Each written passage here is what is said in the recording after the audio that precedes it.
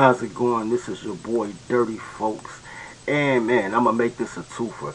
I had a couple of things that I wanted to talk about. One major thing that I wanted to talk about that I've been trying to talk about for like 2 days.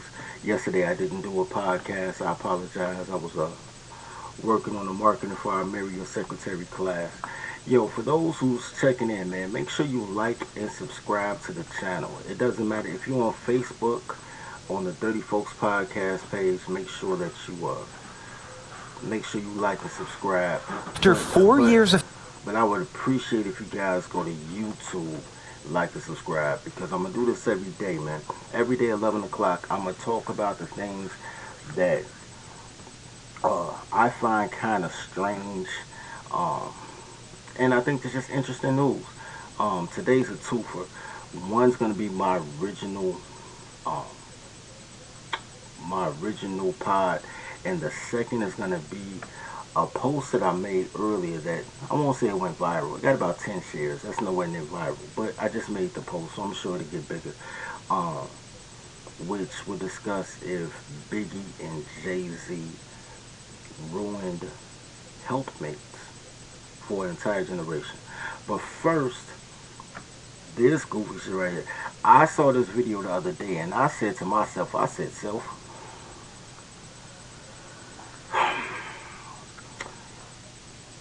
let me preface this. It's about poor parenting. It's about horrible parenting. But here's the thing. I don't really expect single mothers to be good parents. If you've ever met a single mother, you talk to her and she'll tell you, especially when she has a son, that she doesn't know what the hell she's doing. That's why they're always looking for stepdads and mentors and coaches to fill the void, because there's really nothing that they could teach a kid past like 5 or 6 years old. Everything they teach is about behavior. It's very, and they do teach, if you have a good mother, they do teach elementary skills like, the basics that you need in order for education. But this mother didn't even do that. This is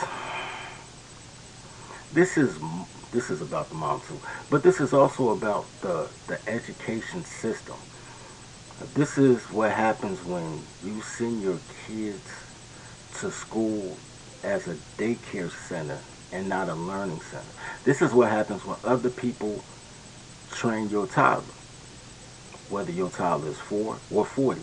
This is what happens when you allow other people to train your toddler, and in addition to that, you don't, they tell you that you're wrong if you check them. They call it oppression and all type of dumb shit. But this is what happens.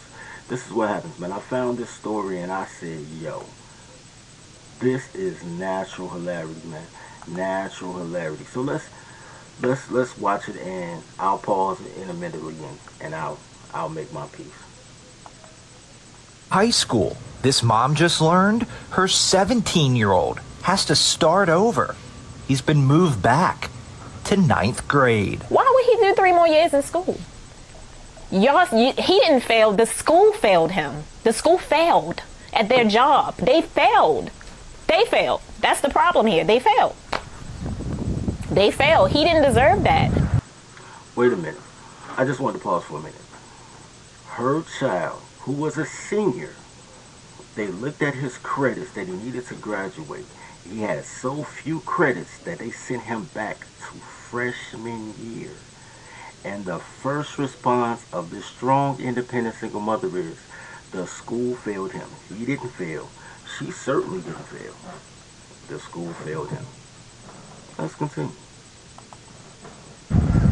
France's son attends Augusta Fells Savage Institute of Visual Arts in West Baltimore. His transcripts show in 4 years, he has passed just 3 classes. Hold on, Baltimore. Pause. Let's take a moment. Shout out to Baltimore. That's what he's going to be on the wire. All right, let's go back.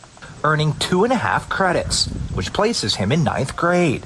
But France says she didn't know that until February. She has 3 children and works 3 jobs. She thought her oldest son was doing well because even though he failed most of his classes, he was being promoted. His transcripts show he failed Spanish 1 and Algebra 1, but was promoted to Spanish 2 and Algebra 2. He also failed English 2, but was passed on to English 3. First of all, if you don't know, hold on, man, hold on, wait. All right.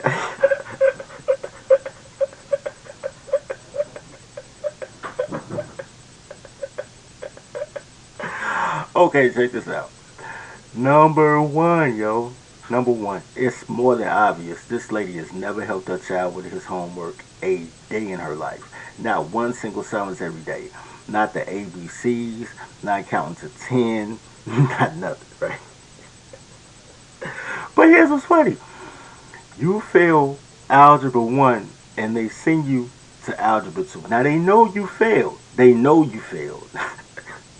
They don't tell you to repeat Algebra 1. They send you to a more advanced class when you failed the initial class.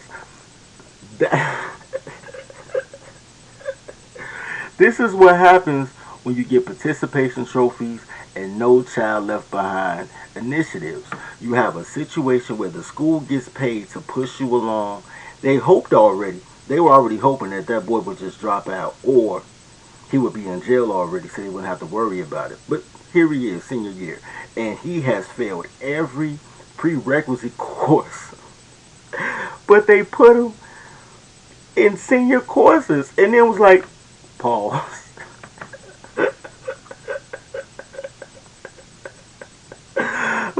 Let's go on. Let's go on.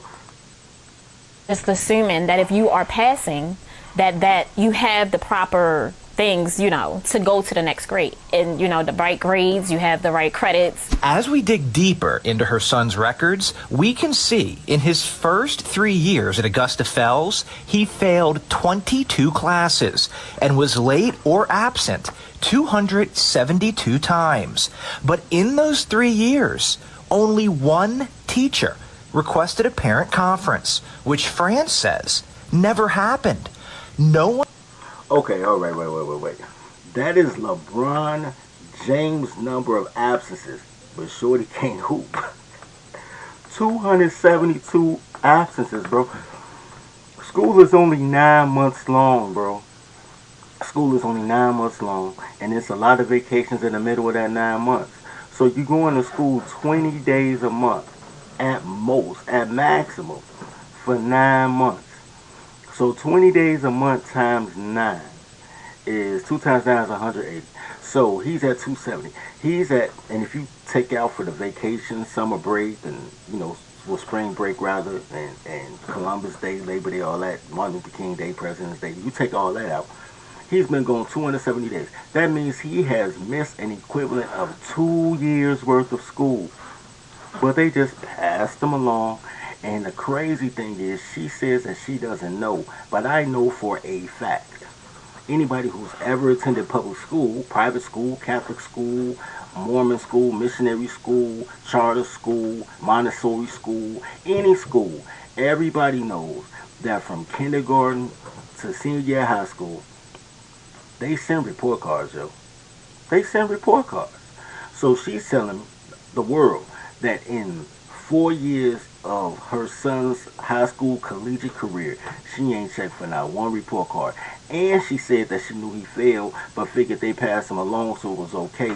So she can't say that, oh my God, I had no idea, because she had every idea, because she saw the report cards, and when she was summoned to go to the school for a parent-teacher conference, she didn't go, which I'm not really faulting her for, because they said she working 3 jobs. I don't know how she got time to get knocked up so many times. You know what I'm saying? Apparently she's not a CNA or, the average hood. Maybe she used to be a stripper. I don't know. But I do know that, and I'm not knocking her for not making that one parent-teacher conference because, time and schedule didn't permit. But you knew your kid was failing. You started off saying you knew your kid was failing. Now you saying that you ain't know your kid was failing. And you know why? Because you never supposed to listen to a toddler with clothes on. You see she wearing clothes. She got a hair hat. She got her windshield wiper eyelashes on. She wearing the clothes. Everything she gonna say is a lie. Because all they do is lie when they dress. They should have got her naked, so we got the naked truth. But she got on clothes, so she gonna continue to lie. But let's get with the proceedings this evening. from the school told this mother her son was failing and not going to class. Yeah. France's son, in his 4 years at Augusta Fells, earned a grade point average of 0.13. He only passed 3 classes, but his transcripts show his class rank is 62 out of 120.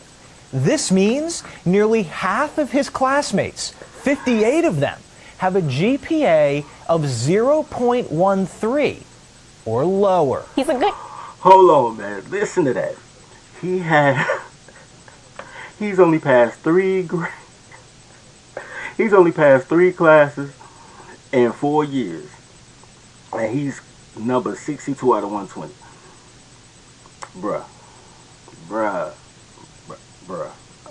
Look, man.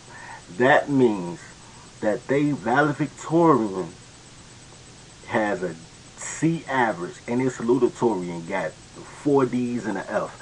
There ain't nobody in their school learning nothing. That's just a money grab for the school. They literally send their kids there just so they don't have to see their kids for 8 hours a day. This, I know ain't no 2-parent households in that area. Wherever they at in Baltimore, I know there's no father involved in either one of them children's lives except that one kid with a C average who's going to be valedictorian with a C average. That's going to end up going to college because somebody got to go to college from that school for the school to stay open and not get closed down for academic reasons. But that kid going to go to college and take all remedial classes, being English 001, Math 001. You're going to have a hard time in life, yo. I hope they can hoop. That's hilarious. Kid. Like, he didn't deserve that. Where is the mentors? Where is the help for him? I hate that this is happening to my child. In your opinion, did the school system fail this child? Absolutely. Whoa. Alright, we'll blame the school system. Why not? You know what I'm saying? It got to be somebody's fault. Why can't it be the school's fault? You know, that is hilarious, man. It's everybody else's fault. It's not the child's fault. It's not the child's fault. Fuck it. Can't blame him. He went to class half the time. It's not the mom's fault for not supervising, not checking homework, not taking any type of interest in her son's activities. What the hell is going on? What it do? It's not anybody else's fault but the school. The school failed them. The same school that has the policy No Child Left Behind so that kids that are struggling can still graduate with their class, because graduating with a class is significantly more important than being an 18-year-old 7th grader. That's what they're about. They're about pushing you along and keep the money train moving. You know what I'm saying? And it is what it is. Whew. Okay. Now to the grand finale. So I made a post earlier today, and I really didn't think anything of it, but everybody buzzing off the last part of this post. So I want to share with you, and I want to break down my thoughts and why I think what I think about this situation. So let's get to it and see what it's about. Hold on. Now the part that people want to talk about is 3 and 4. And number 3 says, Biggie and Jay-Z destroyed the image of supportive women. There's no way you can have a Kim but marry Faith, or a Foxy but marry the first R&B chick who can get over your looks. I've taken some Greyhound girls for granted too, but as a child I thought as a child. When your parents and big homie generations vet poorly for decades, it takes longer to realize which one choice destroyed everything. All you know is you would never want a wife like your mom, but you don't know why. Alright. Let's break down this in sections, because I want people to understand exactly what my thought process on this was. For those who know me, first of all, I'm an old dude. Like, so I don't really listen to new music. It doesn't touch my soul. It doesn't inspire me. But the music that inspired me, I remember in the 90s how geeked up I was about Greyhound chicks. I remember the first time I heard the Foxy Brown and Jay-Z song, Bonnie and Clyde. It start off, Greyhound chick, stay down chick, about to set up spots with Jay Brown, this chick.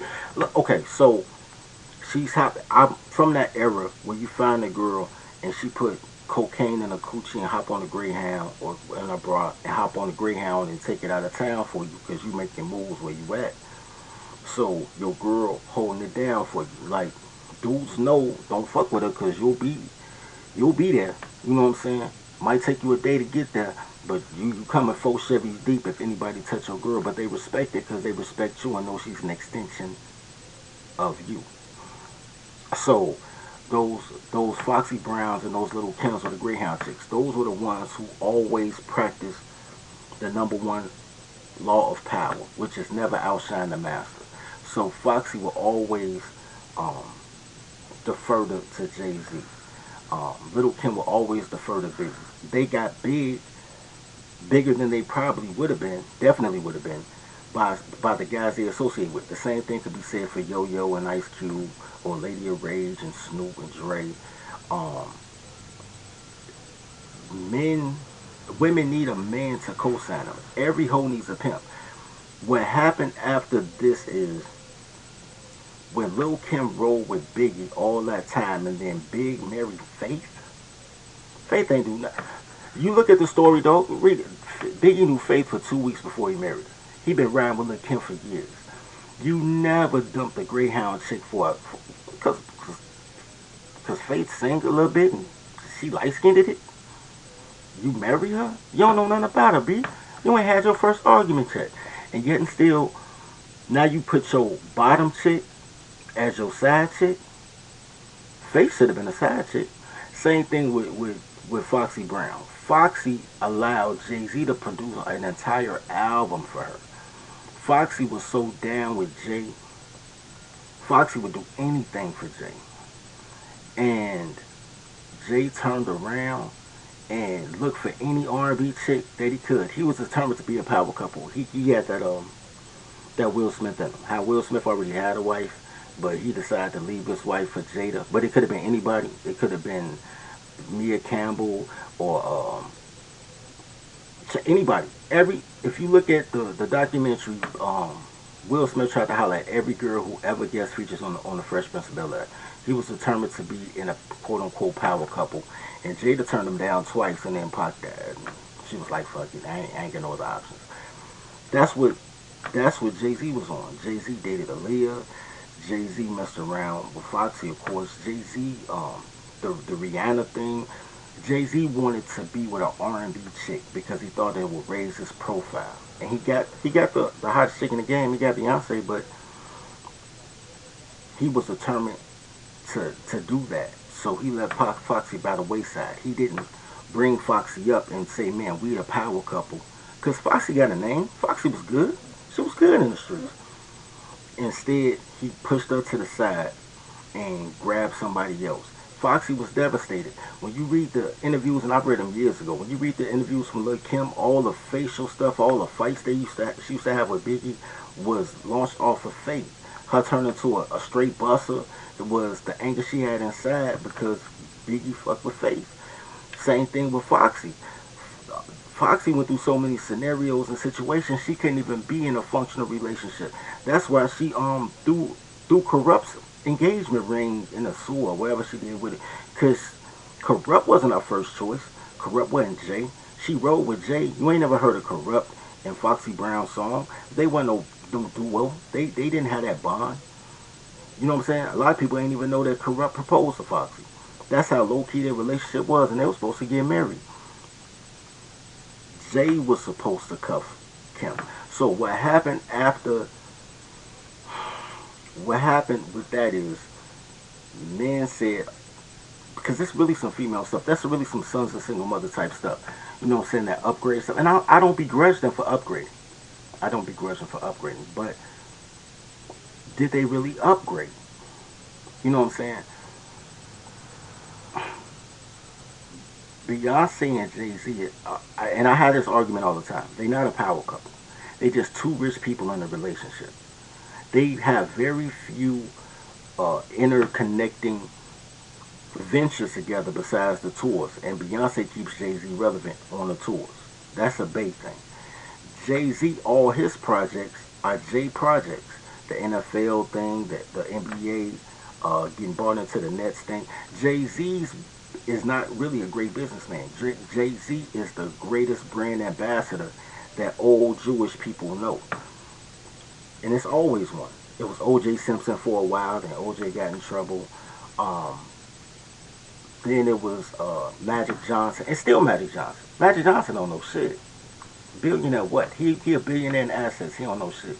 He quote unquote was the president of the Lakers, but he ain't know how to run a team. He didn't know how to coach a team. He's quote unquote owner of the California, was the Angels? They ain't, or was it the Dodgers? Anyway, one of them LA baseball teams. He ain't know nothing about baseball or running the baseball business. He's just a brand ambassador. There was something about Magic Johnson. They just wanted Magic to be on top. That's why he had the talk show. Like, they've made sure that Magic has stayed relevant for 30 years. There's something about Magic. He might have been in one of those rooms with Barry Gordy to get his slot. I don't know. I'm not putting that on him. But I mean, he was kissing on Isaiah, so you never know. But there's a reason that Magic stay in the limelight, and it's not because he's intelligent.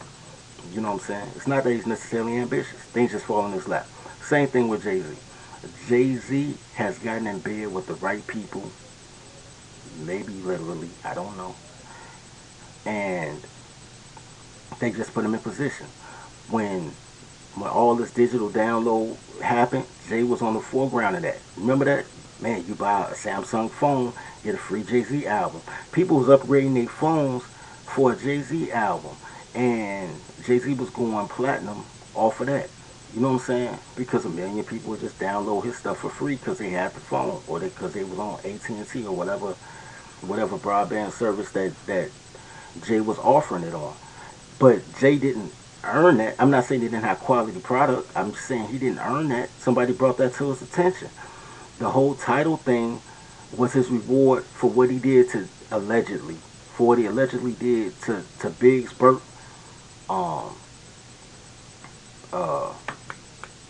Dame Dash, uh,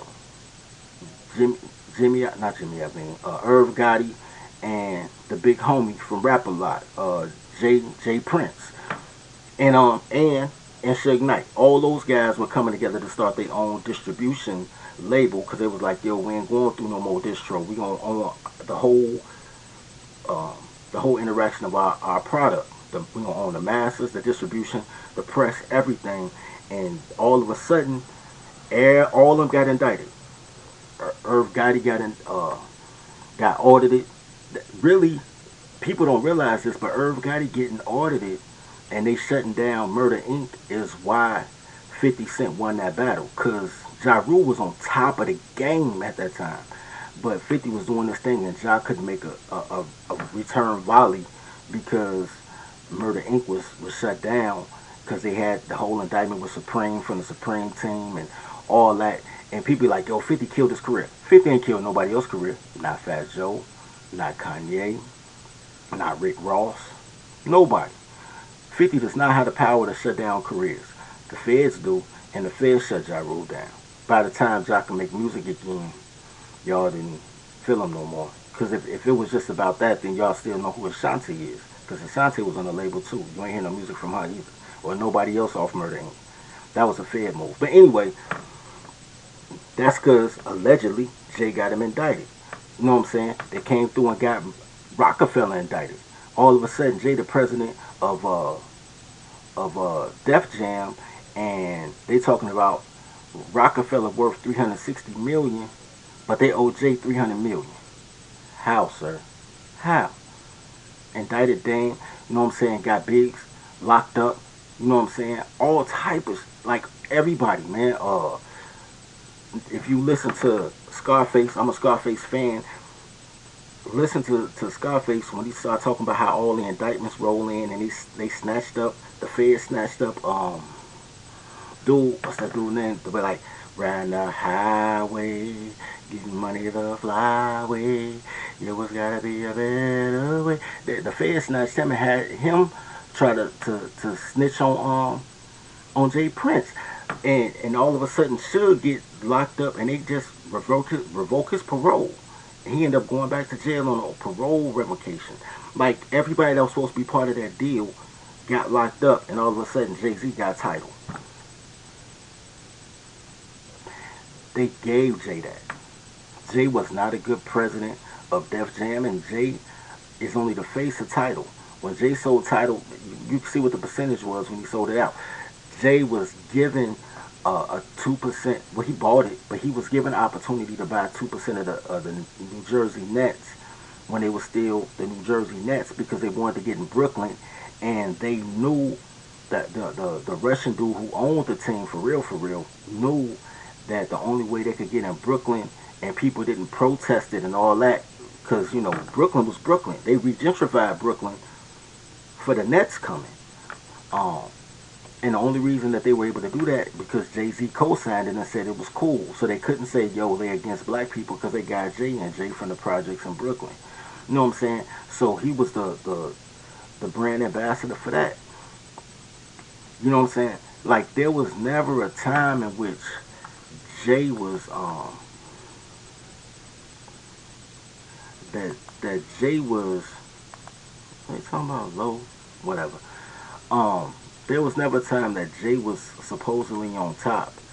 That Jay was really on top. I don't even know what I just did. But there was never a time that Jay was supposedly on top, that Jay was on top. You know what I'm saying? They just kept putting Jay in position. So Jay was in the bed with them people, but Jay wasn't really no hell of a businessman. And what they did was, some people say that Jay-Z is Beyonce's handler and they get into Illuminati shit. And that's very well possible, but this is not what this is about. I'm not putting a tinfoil hat on this video. What I am saying is that Jay became a billionaire off of Jay. Beyonce's still not a billionaire. You can Google it. Beyonce still got like $230 million worth. You know what I'm saying? But she came in the game 200 million strong. You know what I'm saying? Beyonce just been touring, dropping music. She got a cultic fan base. You know what I'm saying? You can't say nothing about it, or you'll get bee stings. You know what I'm saying? From her little coat. So Beyonce is still getting Beyonce money while Jay-Z is getting corporate money. Nobody wearing those Greyhound jeans. Nobody really buying Beyonce perfume like that. You know what I'm saying? Beyonce just performing and she got good bread, but they not a power couple. Jay got that money on Jay. That's my point. That they not really a power couple. They just two rich people. And if that was the case, then Jay could have been with Foxy. You know what I'm saying? I'm not going to say Beyonce didn't give him a different lane. Maybe it did. But he already had bread. He just straight up been in him. I remember reading the interview in the source when Foxy said that Jay pulled up in a Range Rover and it was raining outside, and he told her like, yo, Shorty, this is the last time I ever see you. Like, it's a wrap on you. And she crying. She says raining on the Range Rover windows, and she crying on it. She crying inside the Rover. Like, man, like, look, how you gonna do this? We've been through this for years. Let's me and you, Jordan and Pip. And he like, nah, I'm going to the Wizards.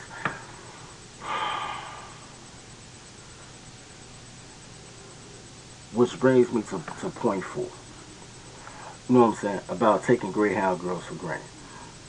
But that's because the boomers especially, and the big homies, vetted poorly. So, I'll tell you, this is a true story. Because I have sisters, and all my sisters is fine. Crazy as shit. Cute though. And I remember I was riding one day with my brother-in-law. And, he looked at me and said, man, look, bro. Now, to give background to the story, I just tried to kill a chick. But I didn't. I wanted to. She shook me like, man, bro. She shook me like motherfucking Barry Sanders, bro. Like, I'm putting on the latex gloves. I'm finna earth for that. She got me, dog. She juked. I'm chasing her. She hopping down. She ain't got no shoes on, bro. Like, she got little on me. By the time I tried to reach out to her, she had already slammed the car door. She getting reverse. She had left her phone, everything. She up, because nigga, death was around the corner. I was finna kill this bitch because she had robbed me for $12,000. My last 12, all I had was $20, $50 in my pocket. That's all I had to my name. This bitch had robbed me. I was like, I gotta kill this bitch. But I would have killed if she was a nigga. 12,000. Come on, everybody gotta get earth, dog. Scorched earth. But, so, I was in Atlanta. So, when I missed, I said, well, fuck, I gotta go. You know what I'm saying? I was almost like, and this was before Star Wars. But if y'all saw Star Wars Part 3, you know what I'm saying, the prequel Part 3, when Yoda tried to get Lord Sidious and missed and was like, exile I must. That's how I was. I was like, damn, I missed her. I can't stand around, you know what I'm saying? Yeah, that man, police gonna be everywhere, whatever. I gotta go. So I drove out to Detroit. I drove to my brother's crib in Detroit. And I tell him what happened. He laughing at me and shit like, yo, you let a bitch rob you. Because he's an asshole.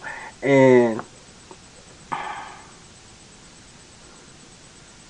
when I got to Detroit, my sister and my niece was packing up a U-Haul to come to Atlanta. I'm like, ain't that a bitch? So it's just me and brother-in-law. We in Detroit. We riding around. And he had an expedition. Not an expedition, excursion. We riding around the excursion. And he said, man, little bro, I'm thinking about divorcing your sister. I was like, word? I was like, me and you still good though, right? He was like, yeah, we good. I was like, well, shit, do what's best for you. You know what I'm saying? And he was like, man, that's your response? I said, man, look, bro. I said, look, I know you love my nieces. My nieces is going to be straight.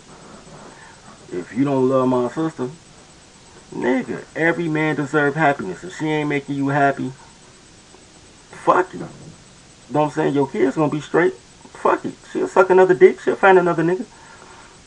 So, bro laughing at me. He's like, man, he said, real talk, bro. And at the time he had a mistress. His mistress was finding shit too. I shot my shot at his mistress, not knowing it was his mistress. I saw her at the club, and that nigga kind of elbowed me like, man, look, bro. I'm like, that bitch was bad, though. So, I ain't know it was his mistress at the time, but it was. And, she was bad, though.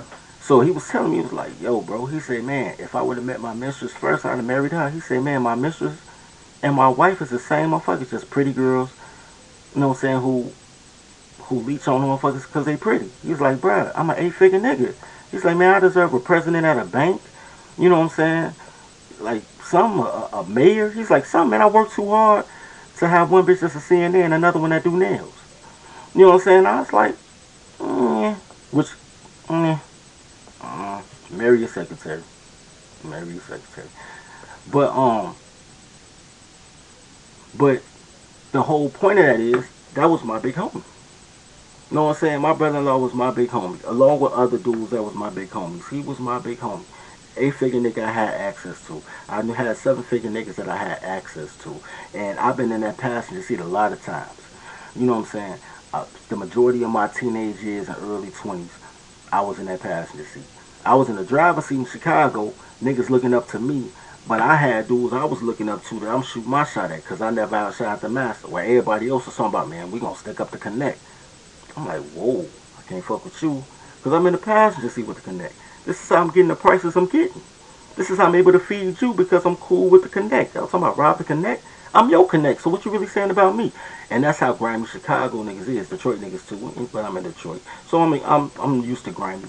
But, so, Ryan, he telling me this, and it goes back to when your parents are big homies, generations vet poorly for decades. It takes longer to realize which one choice destroyed everything.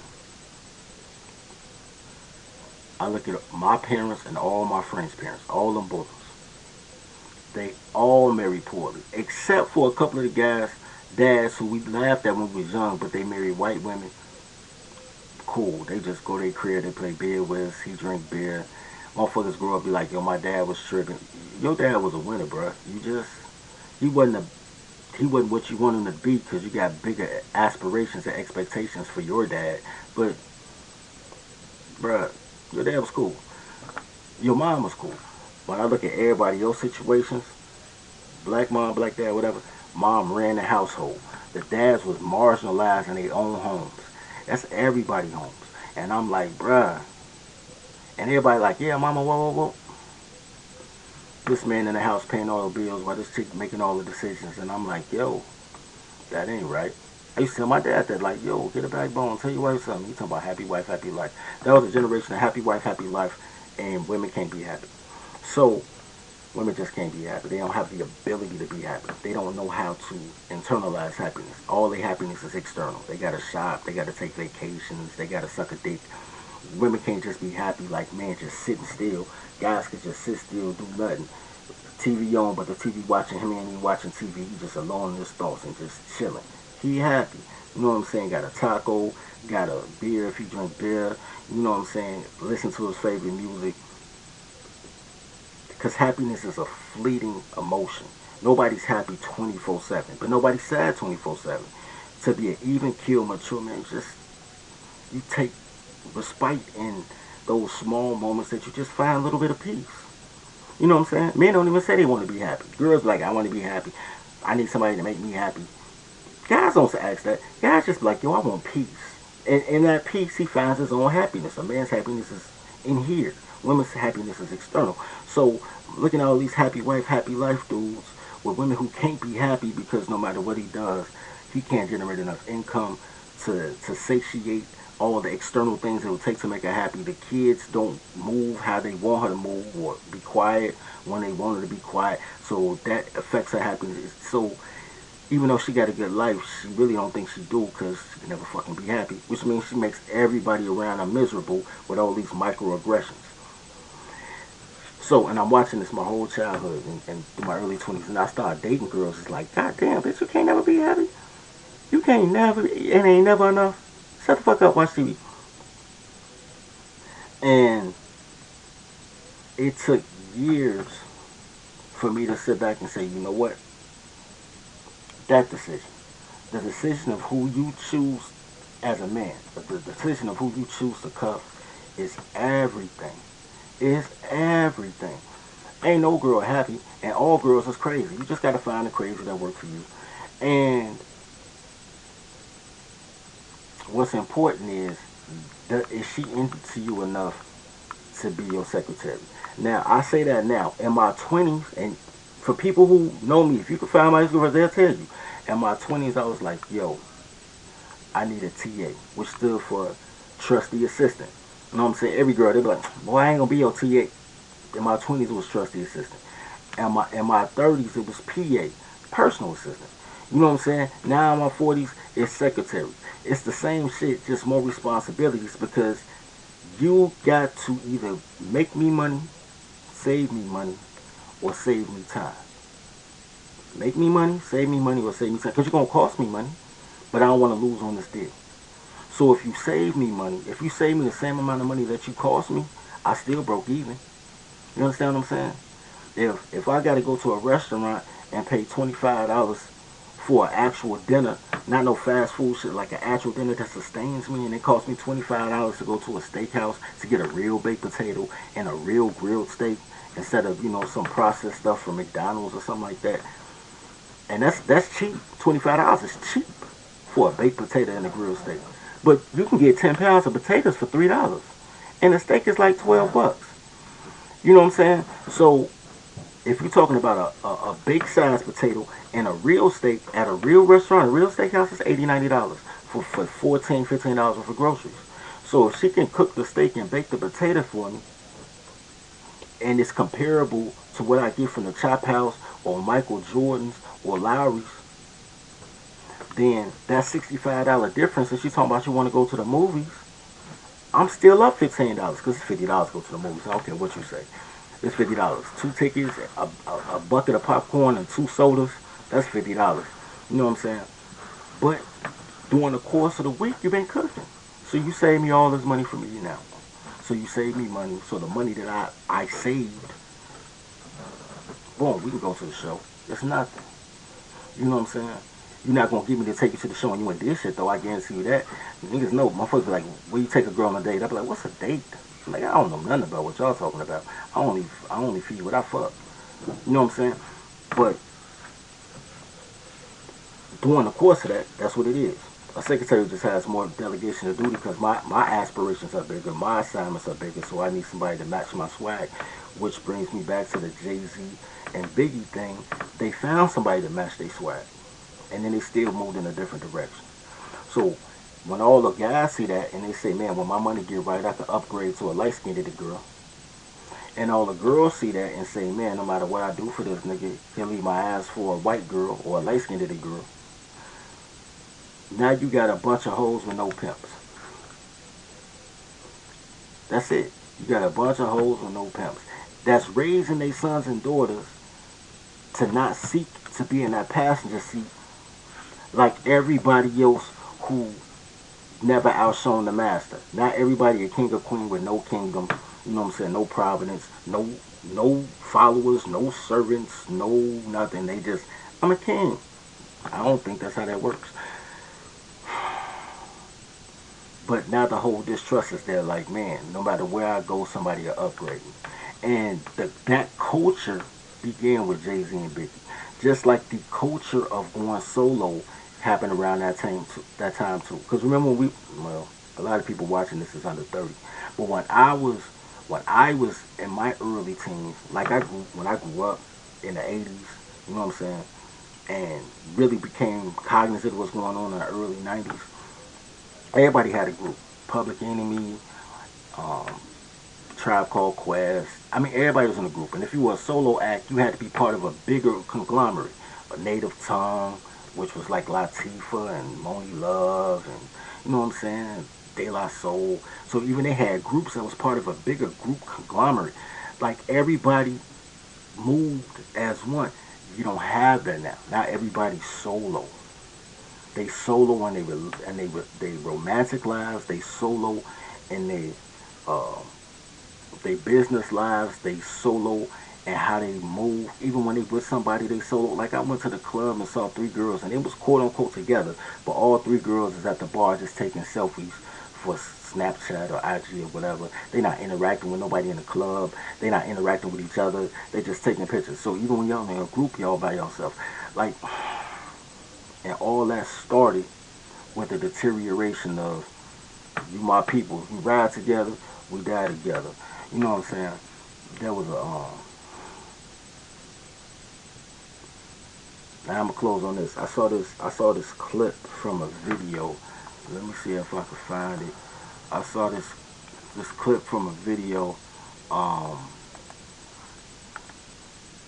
on my man page, and when I saw it I said, you know what? This is life. This is everything I felt. And I don't want to misquote it. So I'm going to find it. And I'm going to play this small little clip. Because basically it said, man, even if I'm wrong, I'm right.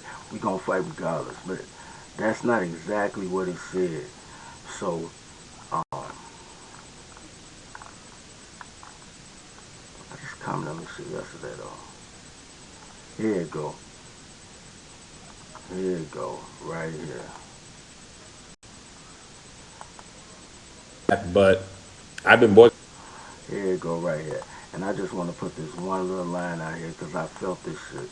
Like, I felt this, like, in my soul.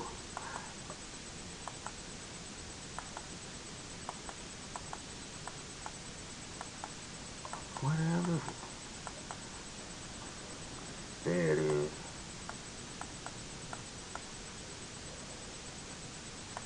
How did that happen?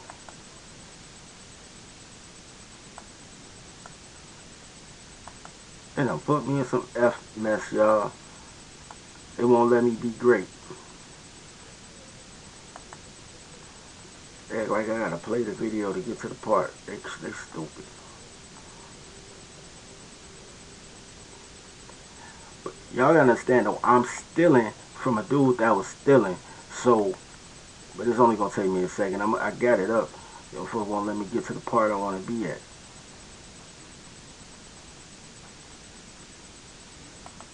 Cause they stupid.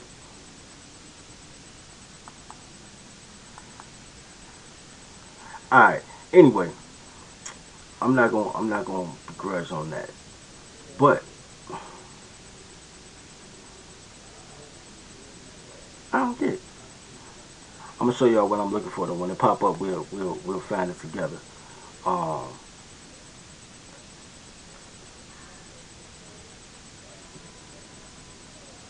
here it go. There it go right there. That's my part. 218. That's my part.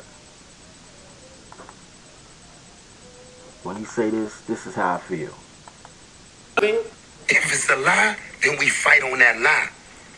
But we gotta fight.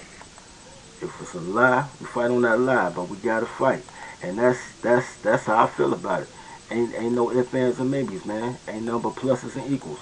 So if you got somebody that's riding with you, even if they riding with you off a lie, we gotta fight off that lie. You know what I'm saying? If the lie is that is Big and Kim, it's Jay and Foxy, whatever's going on in the background, we gonna figure that out.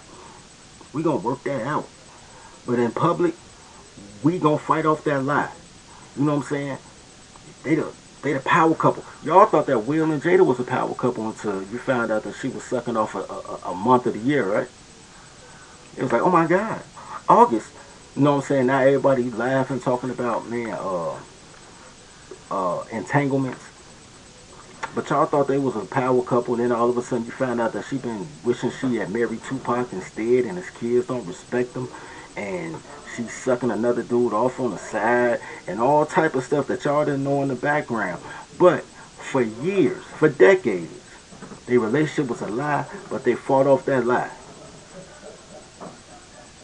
All these couples that you think is relationship goals, been together 30, 40, 50 years, half of them sleeping in separate bedrooms at the crib. They just show up for events. But if it's a lie, they fight off that lie. Dale Curry and his wife Sonia have been living together for a year, but they show up at every basketball game and she cheering with a jersey. They got both her sons, got Steph on the front, got Seth on the back, you know what I'm saying, husband right next to her clapping, and they ain't been together for a year. She had already moved out and moved somewhere else, but if it's a lie, they fought off that lie. I ain't mad, bro. So that's what I'm talking about. I'm talking about that's what Jay and Jay and Big took away from the glamour of sticking through it, getting to the finish line with the people that you started with at the starting line. Anyway, that's all I got to say about that, man. Love each other as you wait. Like and subscribe, yo. Let me get these numbers up, dog. I'm trying to get to 500 subs. I'm like at 100. I'm trying to get to 500 subs, man. Share the video, whatever. Let me get to 500 subs. You know what I'm saying? When we get to 500 subs, I'm start doing contests and stuff, man. We're going to give away some towels, going to title tees and some other shit. It's going to be fun. But with that said, man, please like and subscribe, man. And if you like the video, share it. Love each other as you love yourself. Feed the pack.